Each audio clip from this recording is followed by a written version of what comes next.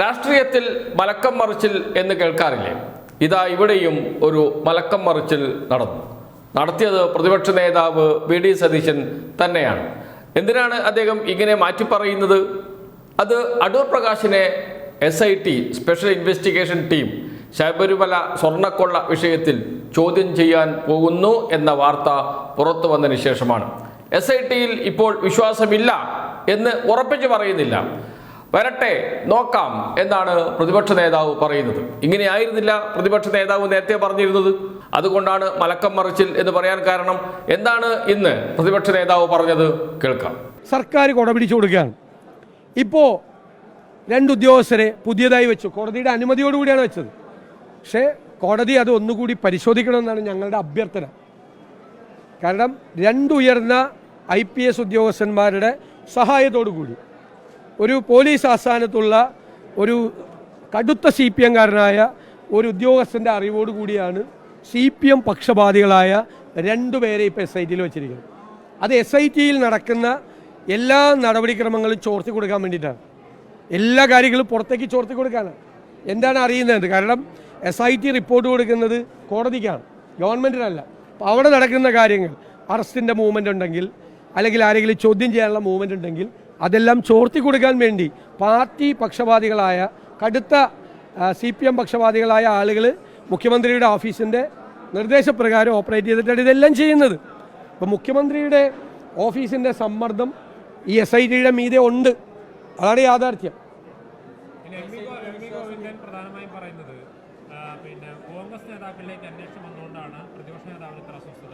ഏത് കോൺഗ്രസ് നേതാവിൻ്റെ അന്വേഷണം? അടൂർ പ്രകാശൻ എന്താ അന്വേഷിക്കുക? അടൂർ പ്രകാശ് അന്ന് മന്ത്രിയായിരുന്നോ? ആരാ പറഞ്ഞ അടൂർ പ്രകാശിനെതിരെ അന്വേഷണം ഉണ്ടെന്ന്? കടകംപള്ളി സുരേന്ദ്രനെ ചോദ്യം ചെയ്തത് രഹസ്യമാക്കി വെച്ചു. ഈ അടൂർ പ്രകാശിനെ ചോദ്യം ചെയ്യാൻ പോകണത് ആരാ വാർത്ത കൊടുത്ത്? പോലീസ് എന്തെങ്കിലും തെളിവെടുക്കാനോ മൊഴിയെടുക്കാനോ വിളിച്ച പോകും. അവർക്ക് ആർക്കാ പങ്ക്? പിണറായി വിജയൻ മുഖ്യമന്ത്രിയായിരിക്കുമ്പോൾ CPM നേതാക്കൾ ദേവസ്വം ബോർഡ് പ്രസിഡന്റും മെമ്പർമാരായിരിക്കുമ്പോൾ അവിടെ നടന്ന സ്വർണ്ണക്കവർച്ചയിൽ ഏത് കോൺഗ്രസ്? അതൊക്കെ ഒരു ബാലൻസ് ചെയ്യാൻ വേണ്ടിയിട്ട് നോക്കുകയാണ്. പൂർണ്ണ വിശ്വാസമായിരുന്നു പ്രതിപക്ഷ നേതാവ് വി.ഡി. സതീശനും UDF കോൺഗ്രസ് നേതാക്കൾക്കും SITയിൽ സ്പെഷ്യൽ ഇൻവെസ്റ്റിഗേഷൻ ടീമിൽ. കാരണം അറസ്റ്റ് ചെയ്യുന്നത് CPIയുമായി ബന്ധമുള്ള ആൾക്കാരെയാണ്, രാഷ്ട്രീയ നേതാക്കളെയാണ്. അപ്പോൾ സ്വാഭാവികമായും അന്വേഷണം നേരായ ദിശയിൽ മുന്നോട്ട് പോകുന്നു. ഒരു തർക്കവുമില്ല കാര്യത്തിൽ. ഹൈക്കോടതിയുടെ മേൽനോട്ടത്തിലാണ് അന്വേഷണം നടക്കുന്നത്. അതുകൊണ്ട് അന്വേഷണത്തെ പൂർണ്ണമായും പിന്തുണക്കുന്നു. ഇതാണ് നേരത്തെ പറഞ്ഞത്. എന്നാൽ തുടക്കത്തിൽ പ്രതിപക്ഷം പറഞ്ഞത് അങ്ങനെയായിരുന്നില്ല. SITയിൽ വിശ്വാസമില്ല, CBI വരണം എന്നാണ് പറഞ്ഞത്. ഇന്നിപ്പോൾ CBI വരണമെന്ന് പറയുമോ പ്രതിപക്ഷം? ഒരിക്കലും പറയില്ല. കാരണം സോണിയാഗാന്ധിയുടെ വീടിന് മുന്നിൽ ഇപ്പോൾ SIT എത്തിയിട്ടുണ്ട് എന്നതുകൊണ്ട് തന്നെ CBI വന്നാൽ കാര്യം ഒന്ന് മാറും. അതുകൊണ്ട് CBI വേണം എന്ന ആവശ്യം ഉന്നയിക്കില്ല പ്രതിപക്ഷം. അക്കാര്യത്തിൽ സംശയമേ വേണ്ട. എന്നാൽ മുൻ പ്രതിപക്ഷ നേതാവ് രമേശ് ചെന്നിത്തലയുടെ നിലപാട് അങ്ങനെയല്ല. അദ്ദേഹം CBI വരേണ്ടി വരും എന്ന നിലപാടാണ് സ്വീകരിക്കുന്നത്. അതിൽ ഒരു ഏകാഭിപ്രായം ഇതുവരെ UDFൽ ഉണ്ടായിട്ടില്ല. എന്നാൽ മലക്കം മറിച്ചിൽ നടന്നു, ഒരു മാറ്റം വന്നു. ഈ മാറ്റം എന്തുകൊണ്ടുണ്ടായി എന്ന ചോദ്യം ഉയർത്തുകയാണ് P. രാജീവ്. കേൾക്കാം. അന്വേഷണം അട്ടിമറിക്കാൻ നടക്കുന്ന പ്രതിപക്ഷ നേതാവ് ഒരു ആരോപണം ഉന്നയിച്ചിട്ടുണ്ട്. അല്ല, പ്രതിപക്ഷ നേതാവ് ഓരോ ദിവസവും ഓരോ അഭിപ്രായമല്ലേ. ഞാൻ നേരത്തെ പറഞ്ഞു, ഒരു നിയമസഭാ സെഷനിൽ ഏകകിടപ്പാട സംരക്ഷണ നിയമം, സേവനാവകാശ നിയമം, ഇങ്ങനെ ഉൾപ്പെടെയുള്ള വളരെ പ്രധാനപ്പെട്ട നിയമനിർമ്മാണത്തിലും നിന്ന് പ്രതിപക്ഷം പൂർണ്ണമായും ബഹിഷ്കരിച്ചത് എന്തിന്റെ അടിസ്ഥാനത്തിലായിരുന്നു? എന്തായിരുന്നു അടിസ്ഥാനം? SITയിൽ വിശ്വാസമില്ല, CBI അന്വേഷിക്കണം. ഇതായിരുന്നല്ലോ നിയമസഭാ സമ്മേളനം പൂർണ്ണമായി ബഹിഷ്കരിക്കാനുള്ള കാരണമായിട്ട് പറഞ്ഞത്. അപ്പൊ ആ നിലപാടിൽ നിന്ന് പിന്നെ എങ്ങനെ മാറി?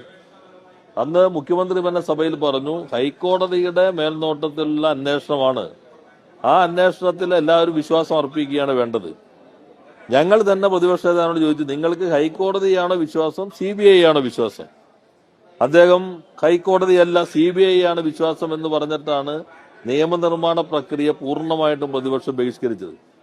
പിന്നെ നേരെ മലക്കം പറഞ്ഞിട്ട് SIT വന്നു. ഇപ്പൊ അദ്ദേഹം പറഞ്ഞു ഈ ബന്ധമുണ്ട്. യഥാർത്ഥത്തിൽ ഇതെല്ലാം ഹൈക്കോടതിയുടെ മേൽനോട്ടത്തിൽ നടക്കുന്ന ആളുകളല്ലേ.